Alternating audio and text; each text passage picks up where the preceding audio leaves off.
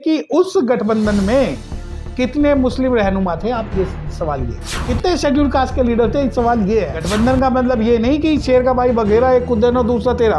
गठबंधन का मतलब ये नहीं कि हम नूरा कुश्ती करें, 10 साल तुम सरकार चलाओ, 20 साल हम सरकार चलाएं। वो शेर ऐसा है, या तो वो दूसरों से गठबंधन करेगा, या खरीद लेगा, या बेच देगा, या सरकार गिरवा। इस बारे में बिल्कुल आश्वस्त हूँ कि थर्ड फ्रंट बनेगा, और थर्ड फ्रंट बहुत अच्छी तरीके से इलेक्शन में। आप मुझे बताओ कि दोनों गठबंधन में कौन सी मुस्लिम पार्टी को बुलाया गया है कि आपके साथ मिलकर किस शेड्यूल कास्ट की पार्टी को बुलाया गया है कि आपके साथ मिलकर हम पार्टी जो 2024 का इलेक्शन लड़ेंगे। अगर जब वहाँ मुस्लिम की बात नहीं है, वहाँ दलितों की बात नहीं है, वहाँ अनुसूचित जनजाति की बात नहीं है, तो ऐसे गठबंधन से हमें कोई लेना देना नहीं है। क्या लगता है सर, 26 पार्टियां एक जगह आई है? देखिए, ना इधर की बात कर ना उधर की बात कर, ये बता कारवा लूटा कैसे। अगर कांग्रेस 26 दलों को आज लेके चल सकती है तो क्या कारण है? कांग्रेस का जब एक छत्र राज रहा तो कांग्रेस ने कभी भी SC ST OBC और माइनॉरिटीज की सरकार को या उनके लीडर्स को प्रमोट नहीं किया। आपको मैं एक बात बताऊं कि आज कांग्रेस अगर 26 दलों को लेके लड़े, UPA बनाए, NDA बनाए, इंडिया बनाए, परंतु भारत को अगर जरूरत है तो वो थर्ड फ्रंट की जरूरत है, जिसके अंदर माइनॉरिटीज होंगी, जिसके अंदर शेड्यूल कास्ट होंगे, जिसके अंदर शेड्यूल ट्राइब होंगे और OBC होंगे, उनकी सरकार बनेगी। अब आ जाओ गठबंधन की राजनीति। देखिए, गठबंधन की राजनीति पे आप ये देखिए कि शेर अकेला, इन्होंने एक नारा दिया था कि शेर अकेला। वो शेर ऐसा है, या तो वो दूसरों से गठबंधन करेगा, या खरीद लेगा, या बेच देगा, या सरकार गिरवा देगा। परंतु अगर हम 2024 की बात करते तो क्या होगा? देखिए, मैं इस बारे में बिल्कुल आश्वस्त हूँ कि थर्ड फ्रंट बनेगा, और थर्ड फ्रंट बहुत अच्छी तरीके से इलेक्शन लड़ेगा। और थर्ड फ्रंट का मतलब है कि इस बार का जो हक और हुकूक की बात होगी, उसमें मुस्लिमों की रहनुमाई की बात भी होनी चाहिए। परंतु मैं सांप काशीराम को मानता हूँ, और मैं ये मानता हूँ कि एक नागनाथ है और एक सांपनाथ है, एक काला नाग है, एक हरा नाग है। इसमें क्या मुस्लिमों को अभी तक मिला है? क्या अनुसूचित जाति को मिला है? क्या अनुसूचित जनजाति को मिला है?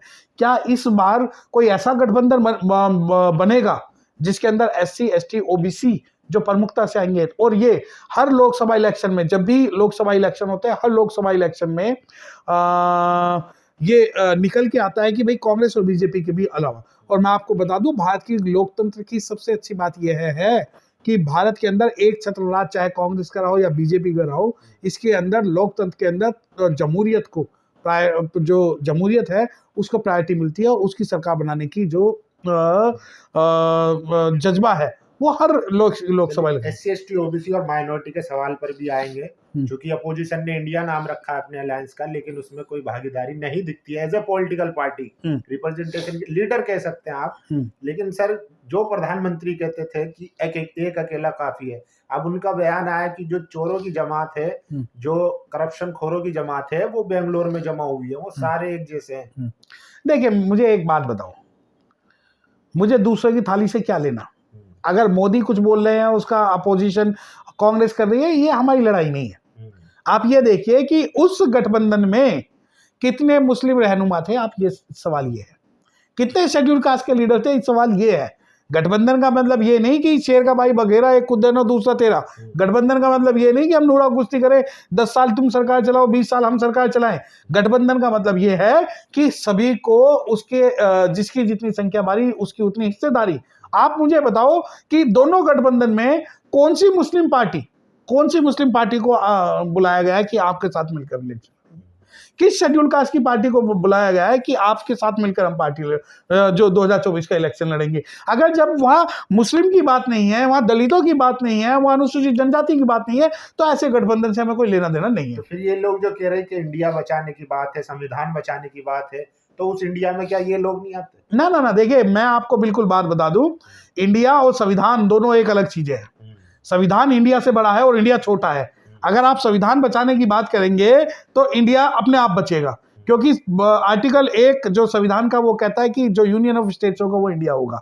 संविधान और इंडिया का कॉन्सेप्ट जो है हमें समझना होगा। दूसरी बात, आज आपको संविधान बचाने की बात याद आ रही है।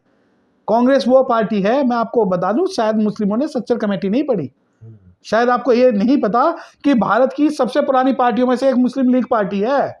जानते हो मुस्लिम लीग का?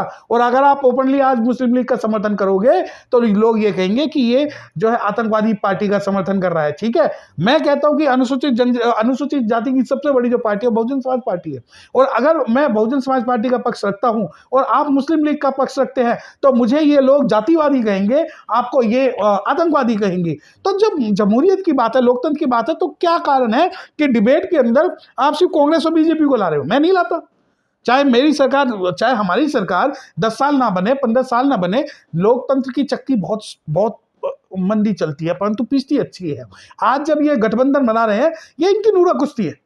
लेकिन चलिए, वो तो अपोजिशन की बात हुई, लेकिन प्रधानमंत्री तो जो एससी है, ओबीसी है, माइनॉरिटी है, सबको लेके चल रहे हो। पसमानदा की बात करते हैं आज, और पासवान जी है, तमाम पार्टियां हैं, जितिन राम मांझी हैं जो एससी समाज का वो करते हैं। देखिए, आपको शायद ये बात ना पता हो कि पसमानदा मुसलमान की जो बात है, मुस्लिमों में भेद करने के लिए पैदा की गई है। क्या कुरान में, क्या इस्लाम में, क्या फिरका परस्ती है? क्या इस्लाम में जातिवाद है? परंतु उस स्टेटमेंट के बाद आज जो मुस्लिम कम्युनिटी है वो भी अपर वर्ग और लोअर वर्ग में बटेगी। ये सिर्फ इस वजह से कि किसी भी प्रकार से मुस्लिमों के बीच में दो फाड़ हो जाए। जैसे कि आज जो जो जो धर्म है, हिंदू धर्म, वो ब्राह्मण, क्षत्रिय, वैश्य और शूद्र 4 भागों में बटा हुआ है। शूद्रों को अपना अधिकार कभी नहीं मिला। आप जब सरकार बनाने की बात होती है तो क्या कारण है? एक मुस्लिम जो 1947 के समय 33% नौकरियों में था, आज 2% भी नहीं है। क्या कारण है? क्या इस बारे में, क्या लोकतंत्र की ये परिभाषा नहीं है? और जब आप ये नोटंकी करते हो कि इंडिया बचाना है, इंडिया बचाना है, तो मुझे एक बात बताओ, नासिर और जुनैद के मारने पर किसने भारत बंद किया था? किया था किसी ने? और जब खेलांजी हुआ, बधानी टोला हुआ, फूलपुर बातें हुआ, हाथरस हुआ, और दुलीना हुआ, झज्जर हुआ, मिर्जापुर कांड हुआ, जो अनुसूचित जाति के विरोध में हुए, किसी ने भारत बंद किया? तो आप कैसे कह सकते हो भारत को बचाना है? क्या भारत का मतलब एससी, एसटी, ओबीसी, माइनॉरिटीज नहीं है? क्या भारत का मतलब सिर्फ कांग्रेस और बीजेपी है? क्या भारत के अंदर कोई राष्ट्रीय दल नहीं है? क्या भारत के अंदर मुस्लिमों की रहनुमाई करने वाली पार्टियों को आज उसी नजर से देखा जाता है जिस नजर से इन दोनों पार्टियों को देखा जाता है? हमारे पास क्या कोई हम थर्ड ऑप्शन पैदा नहीं कर सकते क्या? आज हमारी जो मैं backward class SC, ST, OBC और माइनॉरिटीज की बात कर रहा हूँ, क्या कारण है कि सच्चर कमेटी की रिपोर्ट लागू नहीं की जाती? कोई डिबेट मुस्लिमों के लिए नहीं होती, कोई डिबेट जो है अनुसूचित जाति के लिए नहीं होती, जबकि ये लोग कहते हैं कि नहीं 2024 में या तो हम बनेंगे, आप बनेंगे। देखिए इसकी इनकी नूरा कुश्ती आप ये देखिए। तो ये लोग नहीं तो कौन फिर आपको नजर आता है ऐसा नेता जो लीड कर सकता है? देखिए, ये इनके अलावा कोई भी थर्ड फ्रंट जिसके अंदर सभी लोगों को उनकी हिस्सेदारी दी जाए, उनका अगर कोई फ्रंट बनेगा तो उसका कोई वो देखे, कोई ऐसा नहीं है। बाबा साहब ने कहा था कि अब जो राजा है वो रानी के पेट से नहीं होगा, वो वोट से होगा। जो कम्युनिटी, चाहे वो एससी हो, चाहे एसटी हो, चाहे ओबीसी हो, माइनॉरिटीज हो, अगर वो इकट्ठा होकर अपने लीडर्स बनाएंगे तो वो कहीं ना कहीं, अब आपने बात की, आपने कहा कि पासवान उनके साथ है, मांझी उनके साथ है। एक समय था जब बिहार में होता था नीचे जमीन ऊपर आसमान, पासवान ही पासवान, परंतु जब वो कुछ दिन कांग्रेस के पास बैठते हैं, कुछ बीजेपी के पास बैठते हैं, अपना अस्तित्व खत्म। मांझी का भी वही बात हुई। देखिए, हमें कोई ऐसा स्पॉन्सर नेता नहीं चाहिए जो उन्हीं की बात करे। आज जो रहनुमाई की बात है, मैं क्यों बात ये कर रहा हूँ, देखिए मेरा दोनों तो कोई अपनी कम्युनिटी की अगर बात करता है, चाहे एग्जाम्पल के तौर पर ओवैसी को ले लीजिए, उनको कह दिया जाता है कि भाई ये डिवाइड एंड रूल की पॉलिसी अपना रहे हैं। जिन्ना उनको बोला जाता है, यहाँ तक कि मायावती जब अपनी कम्युनिटी के लिए खड़ी होती है तो उन पे जातिवाद का आरोप लगता है। चंद्रशेखर जब आते हैं तो उन पे भी यही आरोप लगता है। तो फिर ऐसे कैसे चलेगा? देखिए, मैं आपको वही बात कर रहा हूँ ना, क्या मुस्लिम कम्युनिटी आज भारत के अंदर अपना कोई लीडर इस्टेब्लिश कर पाई है क्या कोई? बहुजन समाज पार्टी जो शेड्यूल कास्ट की सबसे बड़ी पार्टी जो बहुजन समाज पार्टी है, जो कि शेड्यूल कास्ट को रिप्रेजेंटेटिव पूरे भारत में करती है और आज भी राष्ट्रीय पार्टी है। ठीक है, भारत के अंदर आजादी के समय 600 रियासतें तो थी मुस्लिमों के पास, लेकिन आज एक भी राष्ट्रीय पार्टी नहीं है। आज अनुसूचित जाति की अगर आप बात करते हो और मुस्लिमों की बात करते हो, तो मैं इसलिए कह रहा हूं कि अकबरुद्दीन ओवैसी से हमारा कोई विरोध नहीं है, बिल्कुल विरोध नहीं है, परंतु कम्युनिटी से विरोध यह है कि कम्युनिटी को लीडर क्या चाहिए जो उस पार्टी को हरा दे। क्यों करते हैं मुस्लिम? सबसे बड़ी कमी यह कि जो बीजेपी को हराएगा उसे हम वोट देंगे, चाहे वो कांग्रेसी हो, फिर कांग्रेसी को जो हराएगा उसे हम वोट देंगे, वो बीजेपी को दे देंगे। क्या कारण है कि हमें इनके अलावा भी अपनी हक परस्ती के लिए लड़ाई लड़नी पड़ेगी? क्या हक परस्ती में तुम्हारी राजकुमारी क्या है कि नहीं, जैसे उत्तर प्रदेश में क्या होता है, नहीं नहीं जो बीजेपी को हरा दे, बीजेपी को हराने के लिए समाजवादी आती है, समाजवादी अप्रत्यक्ष रूप से बीजेपी को सपोर्ट कर देती है। क्या यही खेल खेला जाएगा क्या? इतना देखिए, दलित और मुस्लिम वोटर इनकी नजरों में बहुत सस्ता है, बहुत सस्ता वोटर है। जो मुस्लिम है वो बिरयानी पे और जो दलित है वो दारू पे। ना, ये सोच बदलनी होगी। और मैं देखिए, आपको लग रहा होगा कि अब तो बदला है, जो नेचर था भारत का वो बदला है। राष्ट्रपति आज हमारे पास एक पूर्व रह चुके हैं जो एससी समाज से थे, दूसरा अभी भी एसटी समाज की महिला है, उधर सीएम साहब जो है एक आदिवासी के पैर धो रहे हैं। ये देखिए ना सीएम हाउस में। ऐसा है, सुनिए मैंने क्या बताया, नूरा कुश्ती जानते हैं आप, नोटंकीबाजी जानते हैं आप। हमें नहीं चाहिए राष्ट्रपति को रबड़ स्टैम्प बनाते हैं। भारत में आपको शायद ना पता हो कि भारत के अंदर जो राष्ट्रपति हुआ KR नारायणन साहब हुए हैं, जब उन्होंने डिसीजन लिया तो 42वां 44वां अमेंडमेंट कर दिया था। हमें राष्ट्रपति नहीं चाहिए, हमें प्रधानमंत्री चाहिए, फुल पावर के साथ। बना सकते हो, चाहे किसी मुस्लिम को बना दो या बहुजन समाज के लीडर को बना दो, और प्रधानमंत्री भी वो बनेगा जो गैर कांग्रेसी और गैर भाजपा का होगा। बना सकते हैं, पर नहीं बनाएंगे। आपको शायद ये बात, इतिहास की बात मैं बता दूं, एक वोट से बहन जी ने सरकार गिरा दी थी, एक वोट से, एक सांसद से कि हम डालेंगे, और सरकार 13 दिन बाद गिरा दी थी। ठीक है। और जब आप कहते हो कि भाई शेड्यूल कास्ट बहुजन समाज के पास, मुस्लिम समाज के पास, देखिए ये मुस्लिमों को ये बात बुरी लगेगी, परंतु सच्चाई है।